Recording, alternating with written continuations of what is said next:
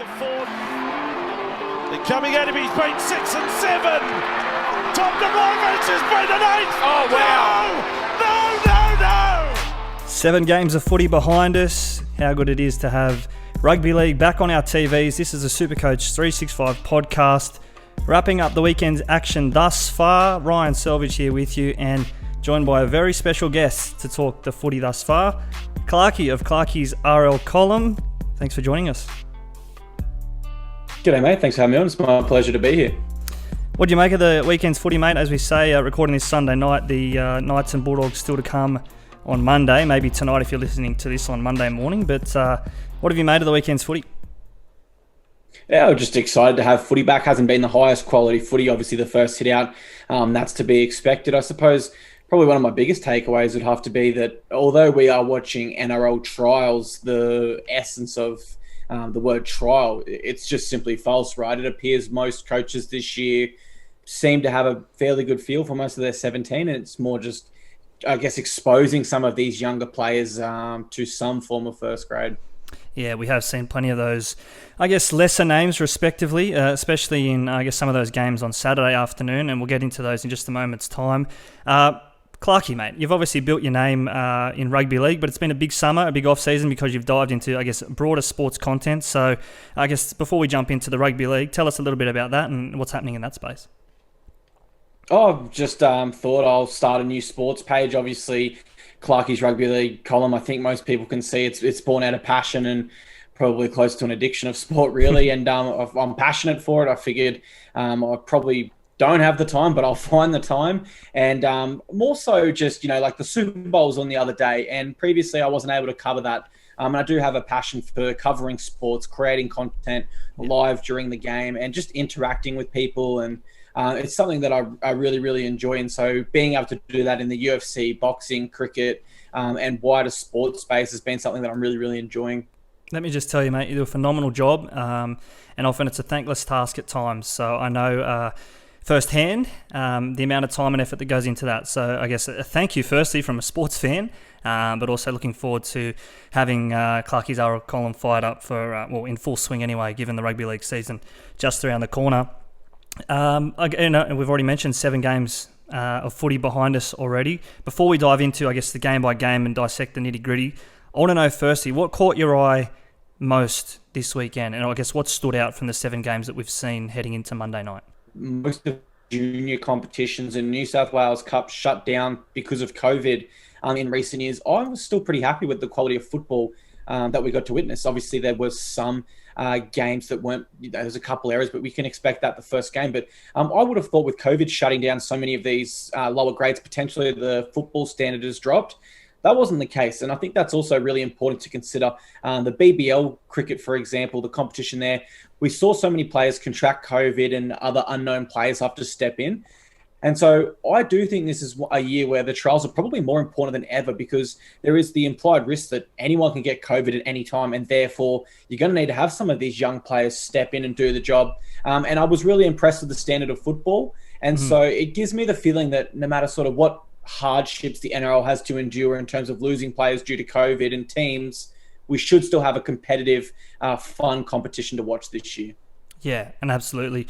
I mean, we saw that plenty on Saturday, but we also saw a glimpse of that on Friday night in that first game, the Raiders and the Roosters. The biggest story, I think, to come out of that, obviously, was maybe the emergence of Xavier Savage. You mentioned there the lack of cup footy last year.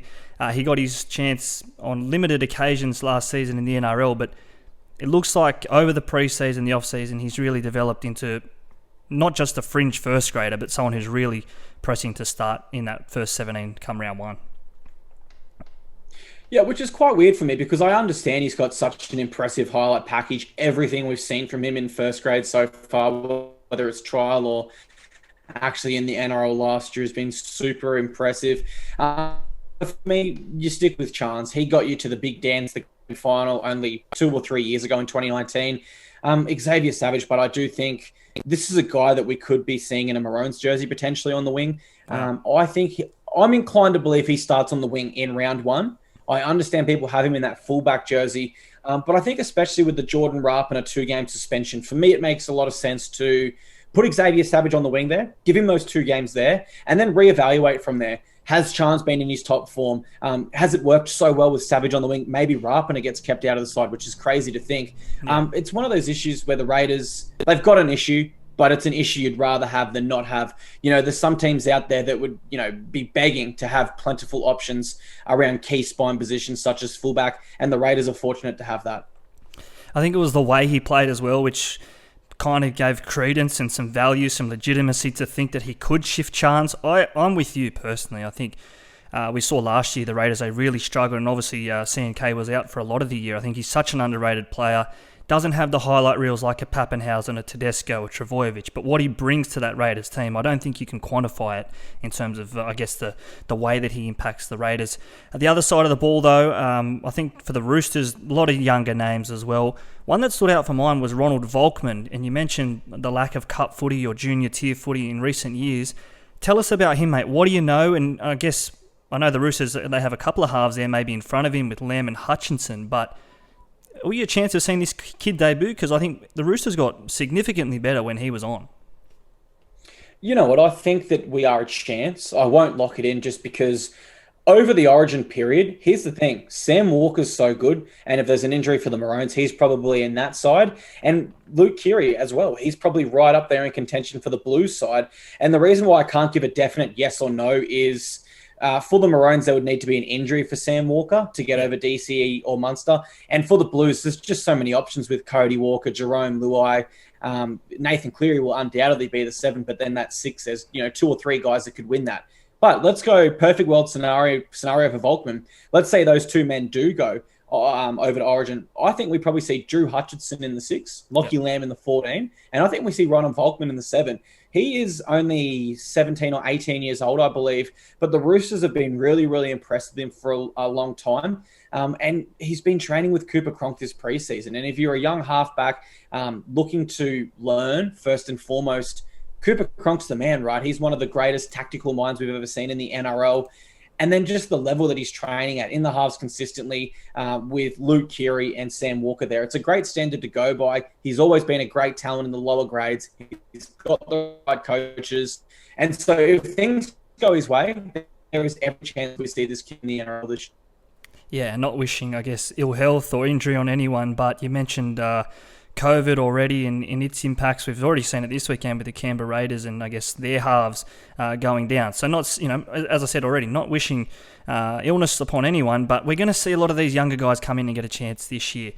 For what it's worth, I was really impressed with him and personally, I hope we do see a little bit of him this year because I would love to see that development almost like we saw with Sam Walker last year. Also on Friday night though, the Seagulls and the West Tigers, they hit it out at Leichhardt after that. It was really a game of 2 halves. The first half was sort of that NRL trial, I guess you could say. The second half, essentially a New South Wales Cup, all those players pushing for maybe spots to be considered.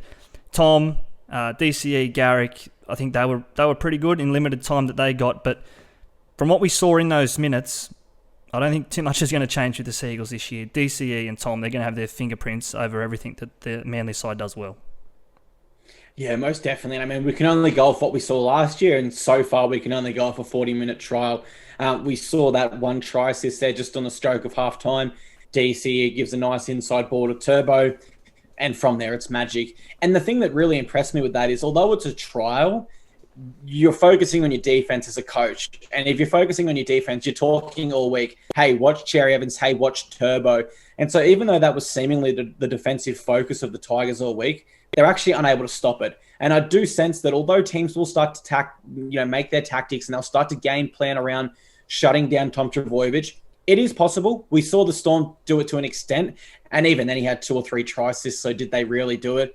It is possible to limit Turbo, but you cannot shut him out of a game completely. And I think that as long as that remains a fact, Manly are a top 4 side. And I know that that's a bold call, but I just believe that to be true. Absolutely. I think as long as Tom's fit and obviously DCE, still an elite half, and Garrick as well continues to surprise us. He did last year. I know he caught a lot of people off guard, including myself. You mentioned it's just a trial. I know you rewind 12 months, you see the Tigers, they got a standing ovation, they walk off Leichhardt. It was laughable at the time, but I guess you don't want to get too carried away this year. But given the result and given the way they played and the defence, you mentioned there, the points that they conceded, they still must be disappointed with that result, given that they would have thrown everything at their defence over the off-season, the pre-season, and tried to limit the amount of points they're conceding. You know, for me, I was worried. I was worried for this for Tigers fans. Tigers fans, for me, they're a little bit like they're bored. They don't like the truth. The truth is this is a side that has, for so many years, accepted being mediocre. They've accepted a halfback in Luke Brooks who's never played finals yet, re-signed him for millions of dollars. And as you said, giving your team a standing ovation for a trial game last year, they're just below standard. And what really stood out to me actually was Tyrone Peachey's interview after the game, obviously new to their system. And all I heard from him was 8 different excuses. Oh, it's early. Oh, we've got a lot to work on. Oh, we're building new combos. It was excuse after excuse after excuse, but not once did he accept accountability. And so he's new to that Tigers system. And if he's coming in there with that mindset, having only trained with those sort of players for 6 months, it shows to me there's been no shift in the Tigers culture, although that's all they've seemed to say over the past 2 years under James Tarmo's leadership there. For me, that really did show. There has been absolutely zero change in their culture. And so leave this trial out. Leave this out. Even if this result hadn't happened, I'd tell you the Tigers are a bottom 4 side. After what I saw in that game and hearing their seemingly cultural issues continue, I just think they're still a bottom 4 side. No, I'm with you. And it's hard to... I mean, you can only look at what you can see. You mentioned that interview there. That's interesting because I saw him interviewed. I didn't, I guess, catch the quotes as significantly as you did. But, yeah, I guess worrying signs for the Tigers. I mean, they'll get another chance to turn that around this week. And maybe with Jackson Hastings back as well, eventually they might change Big things. inclusion. I think, but, you know, before you say Hastings is a big inclusion, a big loss, though, for the Tigers is Adam Doueihi. He was everything for them last year.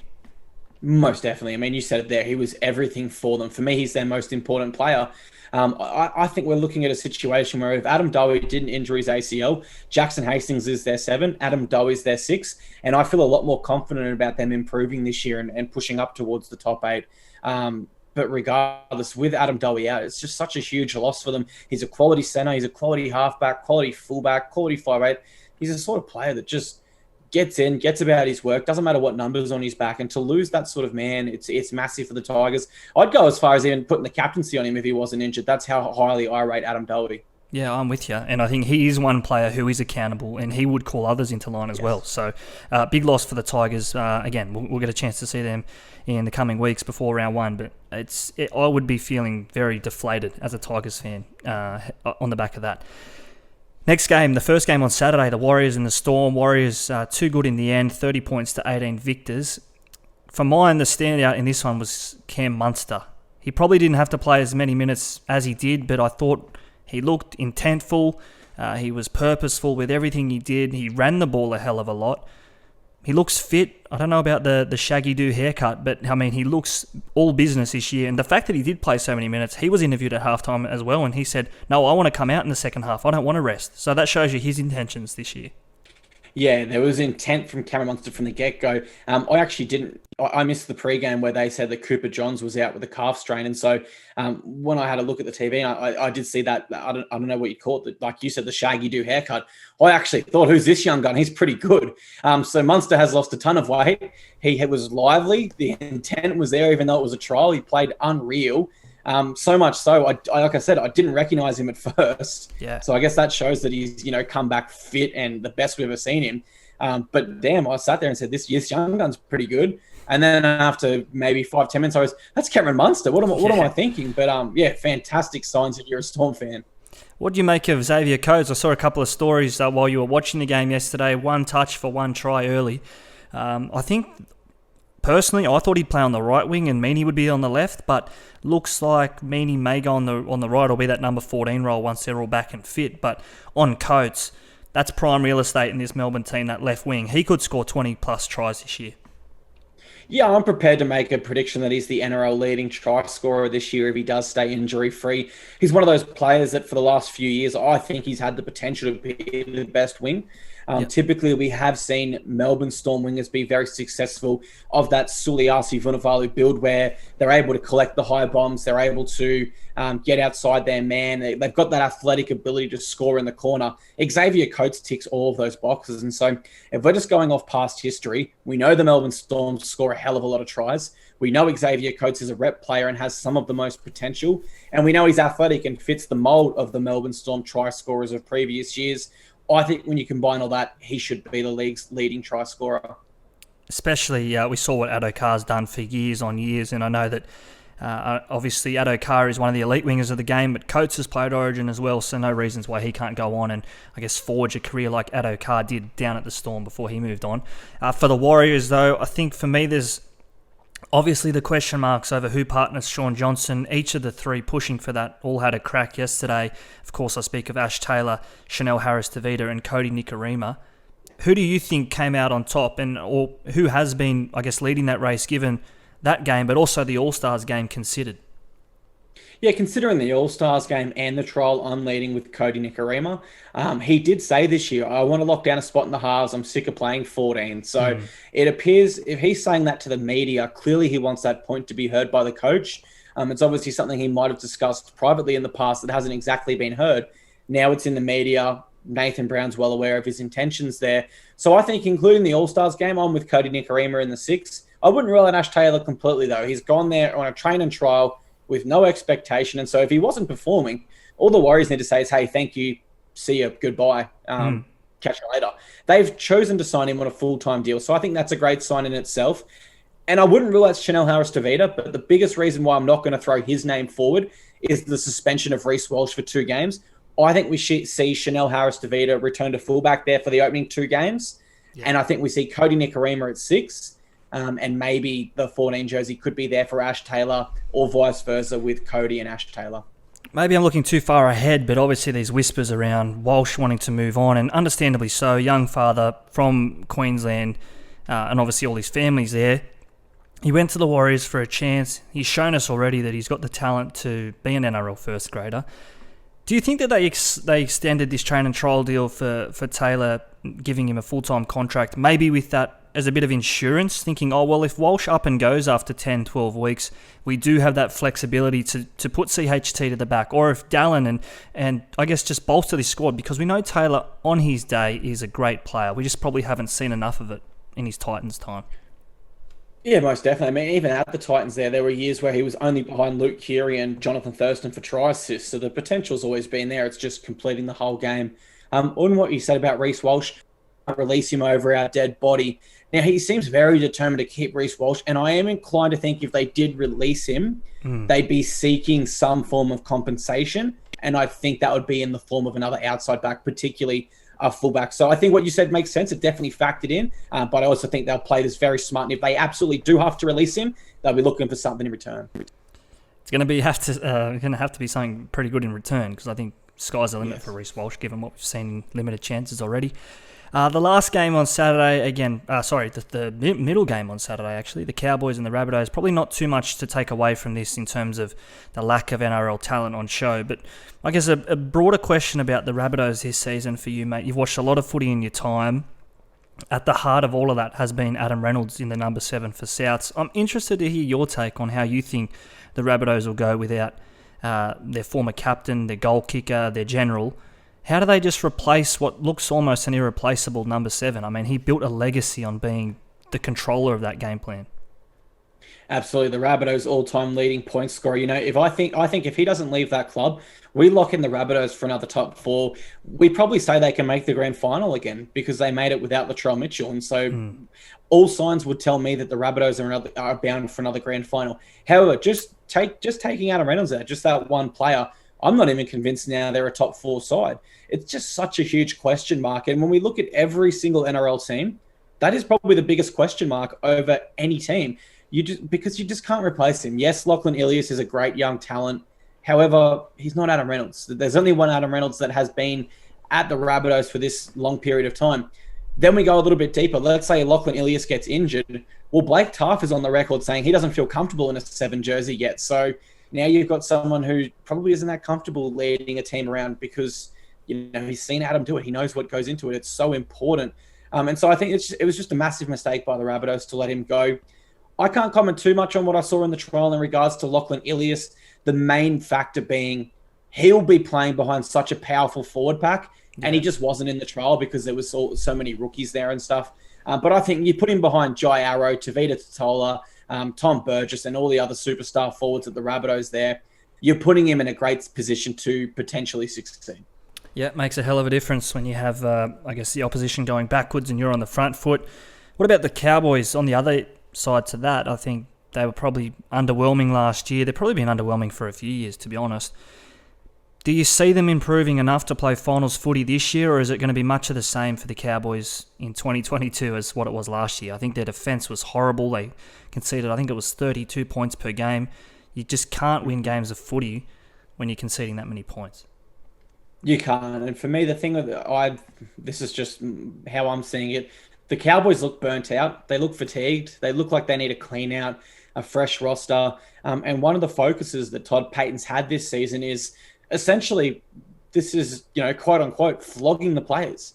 He has said we are trying new techniques to have our players under fatigue permanently because we will not accept the bottom four. And just from how they looked last year, sluggish in defense, lethargic, not 100% there, slow starts.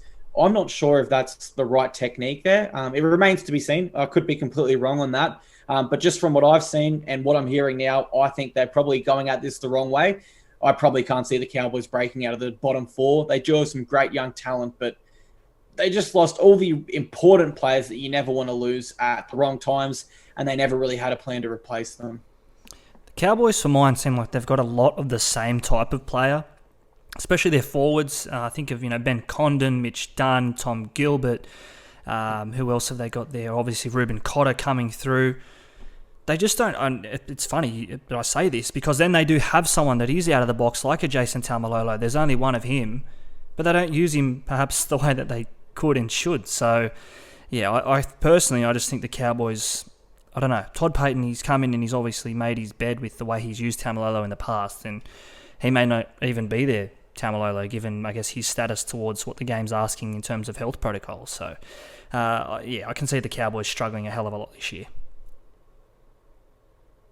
Yep, no arguments from me there, particularly around what you said with Jason Taumalolo. He's come out in the past and said, we've got a 10-year player here. We need to look at his longevity.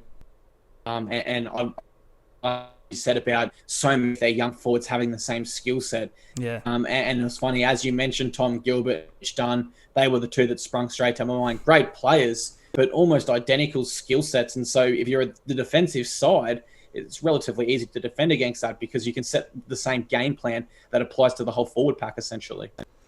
Yeah, let's leave that there. I think the last game on Saturday, and I think it was the best game of the week thus far. Again, as I say, we're recording this ahead of the Bulldogs and the Knights tonight, or on Monday night. But 26-all, the Titans, the Broncos.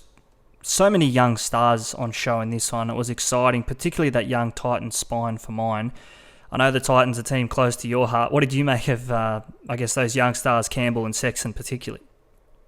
Yeah, I don't want to be too biased, but I'd have to agree. Entertainment-wise, I think this was probably the game of the round.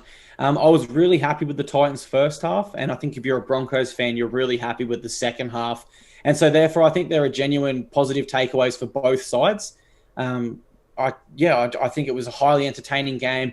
Both sides have an abundance of young talent coming through, and it was really exciting to see two teams that are rivals and the next generation of stars going at it. We had Tino's little brother, David Fafita's younger cousin, Payne Haas's younger brother.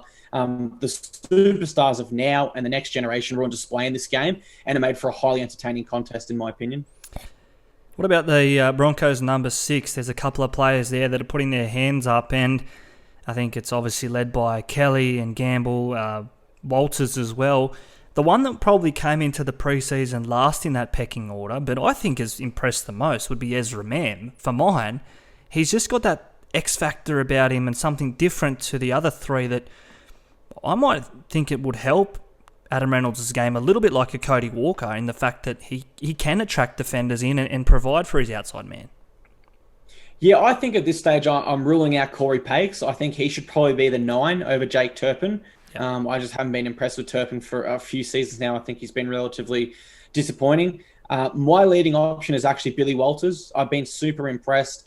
But I can definitely see where you're coming from there in terms of Ezra Mam and offering a different skill set. Billy Walters, a relatively conservative half, great kicking game.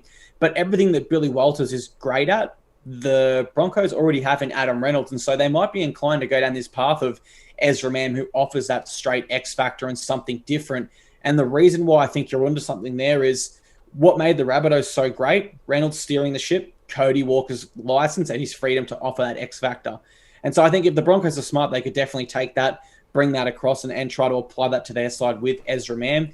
The other option there, Tyson Gamble, I thought he was relatively poor. A few silly errors there. I thought he was poor in the kicking game. There is still a trial next week, but I think he's going to he has some ground to make up if he's to catch up to Billy Walters and Ezra Mam in particular. Yeah, and probably, I guess, go on the record of saying that, not saying that Ezra Mam is the player that Cody Walker is. I'm just saying if they want to bring him on and obviously improve his game and get him to a point where he is representing, I guess, whoever his representative team is in the future, if it's Queensland or PNG, I'm not too sure. But there's no better man to bring someone along than Adam Reynolds for mine. Anyway, they'll leave that game there. Great finish, and I guess both teams probably a little bit happy with the draw, a little bit disappointed at the same time. You mentioned someone playing poorly in Gamble, someone looking to make a case. I think you could probably say the same about Braden Trindle for the Sharks today in that loss to the Panthers.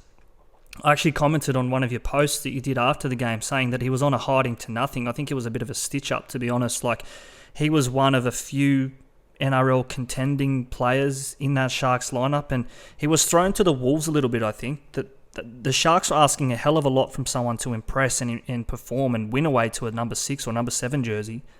But he just didn't have the talent around him and actually made him try too hard, I think. Yeah, unfortunately for Braden Trindle, he probably stood out the most of any player this trial round.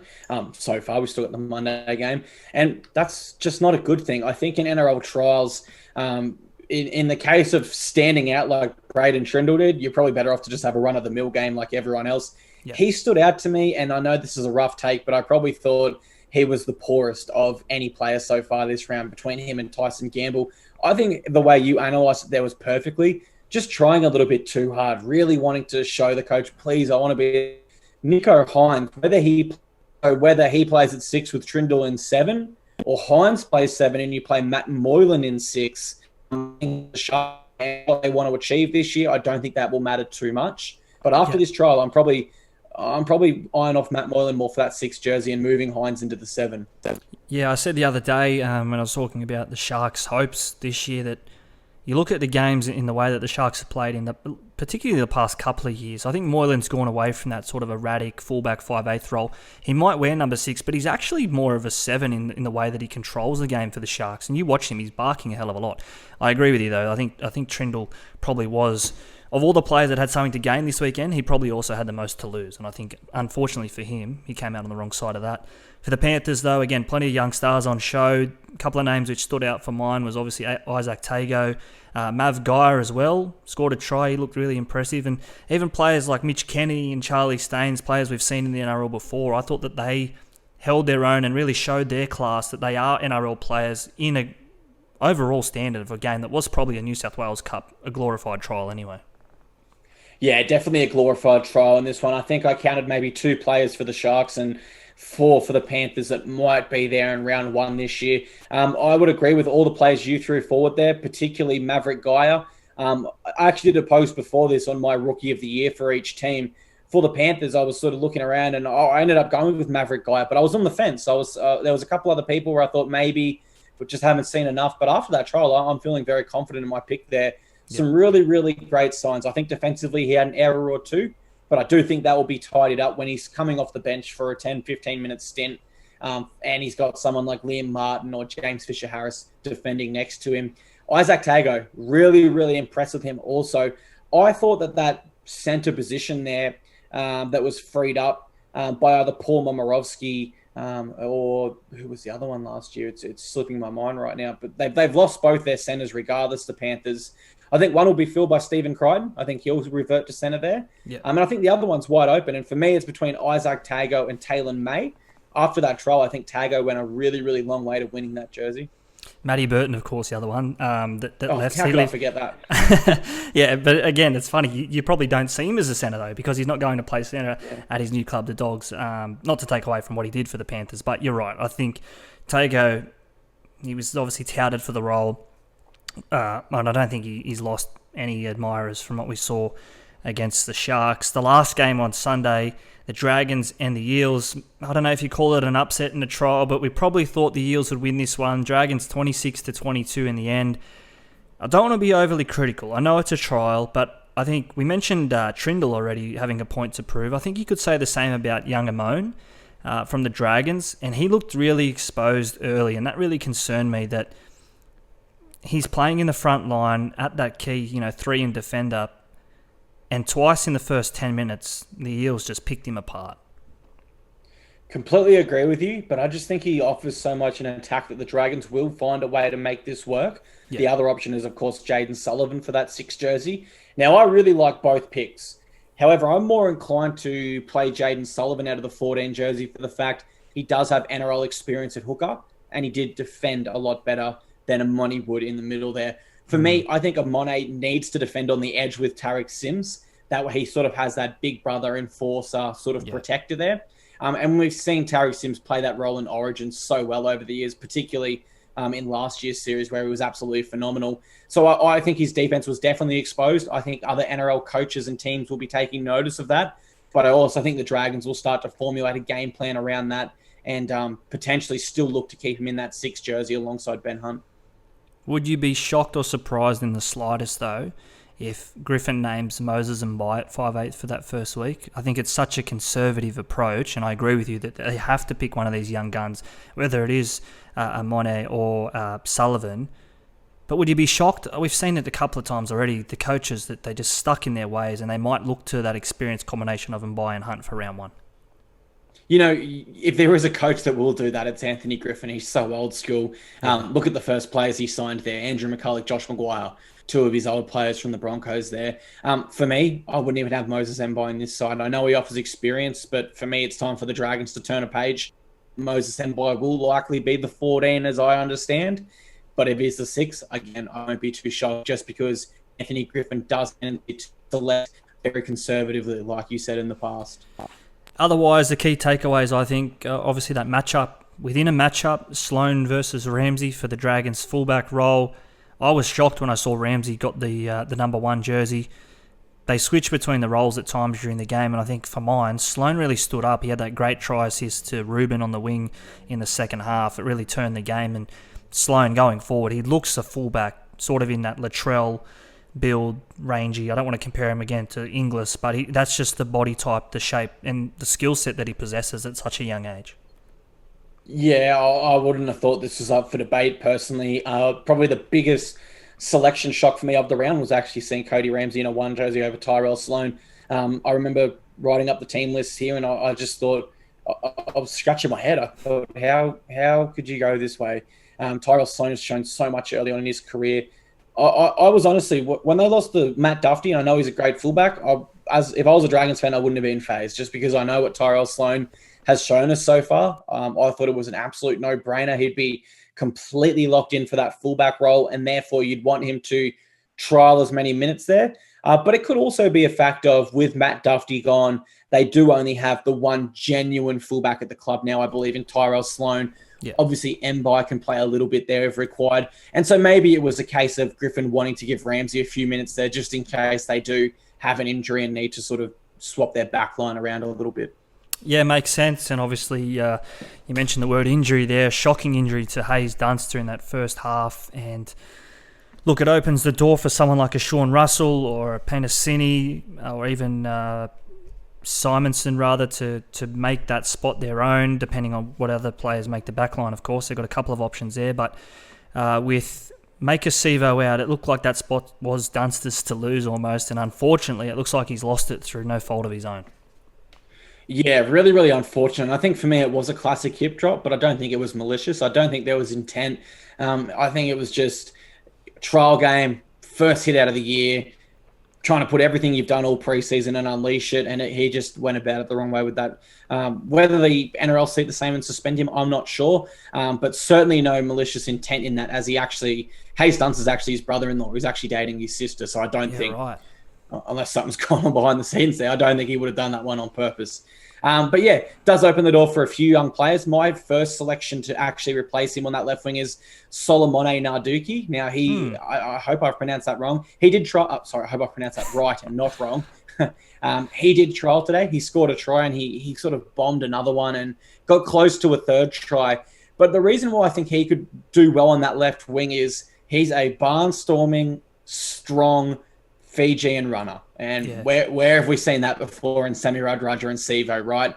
And so I think if Hayes Dunster, unfortunately, is ruled out, then I think Solomone, I'd put him on that wing there, and I'd have my other wing as Bailey Simonson. I think it still gives the Eels X factor with a little bit of conservativeness, because Simonson is a relatively safe winger.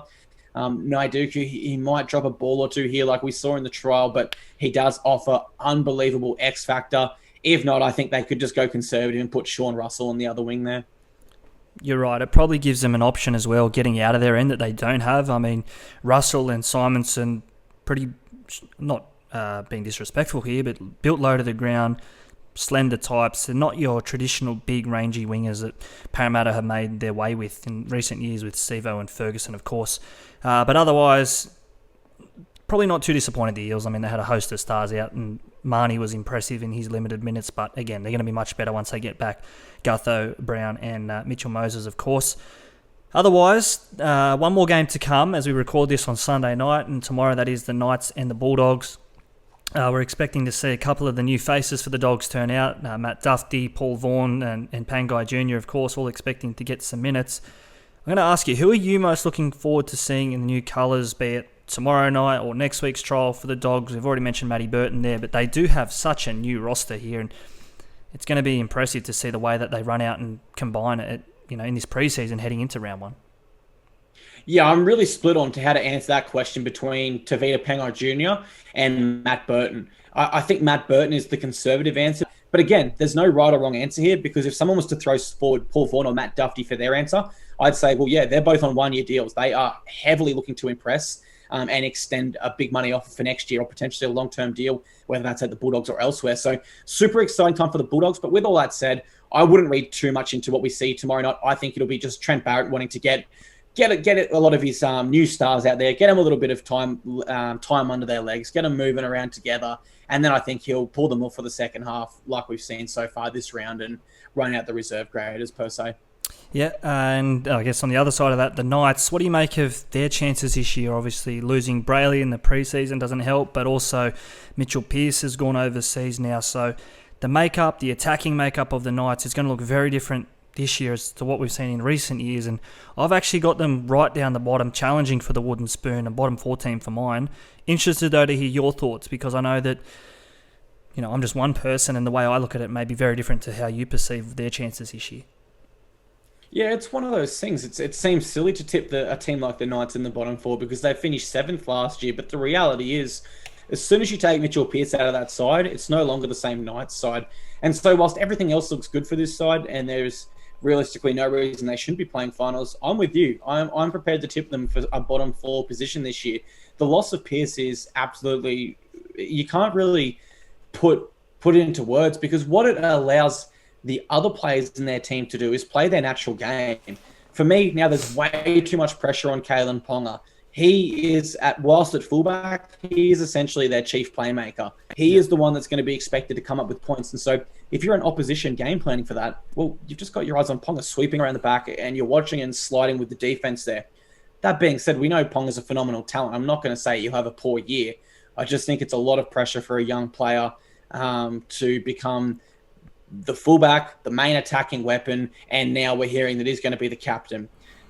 I think the injury to Jaden Brayley can't be understated as well. This is absolutely massive. This is their captain, a man who, if Damien Cook was unavailable for the Blues for Origin, and with what's happened with Api Coruscant now and the Blues saying that they don't want to pick him again, Jaden Brayley gets thrown into Origin this year. It's a real possibility. Yeah. That's how good he's been playing. And so the loss of him is massive. All things considered, it's not the same Knights team we've seen over the last few years. Adam O'Brien is a coach that has a strict game plan. He loves his players to follow that game plan, just like an Anthony Seibold does. And we've seen that with Anthony Seibold in the past, and we'll see with Adam Bryan this year, I believe. if you do not have the correct players and the experienced halves to deliver that game plan on the field, then it all falls apart, just like it did for Seabold at the Broncos. Yeah, and he's hoping that obviously O'Brien there, I mean, he's one of the coaches under the most pressure, I feel. Obviously Michael Maguire one, Trent Barrett probably even another one still, even, the fact he signed all those good players there. But for mine, and everyone who I say, I think the Knights can be a spoon contender, they say, oh, no, they're probably better than those teams around them. Yeah, but I challenge you to look at their first 3 months. They play a host of those teams that finished in the top 8, even the top 4 last year. And when they do play those quote-unquote lesser teams, they're away from home. So there's always going to be that expectation. Those first 12 weeks for the Knights are really, really important because Kalen Ponga, you've mentioned him a couple of times there, off contract, he could make the easy decision, easy in his eyes to go maybe somewhere else and exit that system, because I don't think they're on the way up, the Knights, as they maybe were when he signed heading into 2018. So that's it for the Knights. Yeah. And if I can just... Yeah, go on. If I can just add to that real quick, what you said about their first 4 weeks, they've got the Roosters. That's extremely tough. Yeah. They've got the Tigers. They should get it done there. But then they go into the Panthers. Probably not going to win that one. And then they go into the Sharks, who we think is going to improve this year. Then Manly. And then the Dragons. So realistically, in their first 6 weeks, there's probably only 1 or 2 games maybe there that they can win, which is immediately going to put them at the bottom of the ladder, and it's going to start applying that pressure to Ponga and all the other players. And I think it's going to become pretty evident to people that this isn't the same Newcastle team as we saw last year. And very quickly, losing becomes a habit as well. And obviously, they've went to that patch there where they were wooden spooners for a couple of years. And obviously, their roster now better than it was then. But I'm just saying, there is that culture. They probably got out of those dark times. And very quickly, we've seen with the Broncos how you can lose games that you probably should be winning, and suddenly you are at the bottom of the table for a couple of years, and maybe that is what we're looking at here with the Knights. Anyway, we get a chance to see what they can throw up against the Bulldogs on Monday.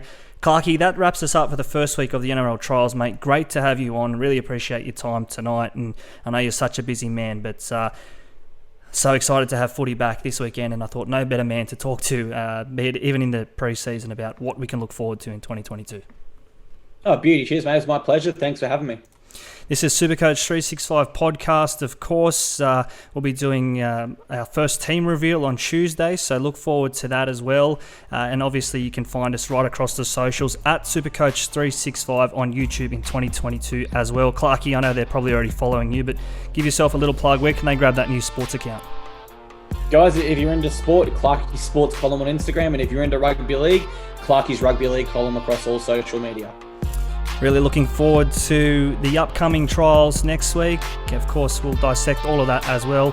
We might get you back, Clarkey, depending on your time. I'm not going to lock you in now, but we'd love to do this again. This is SuperCoach365. A big thanks for tuning in. Until next time, this is Ryan and Clarkey. We'll chat to you soon.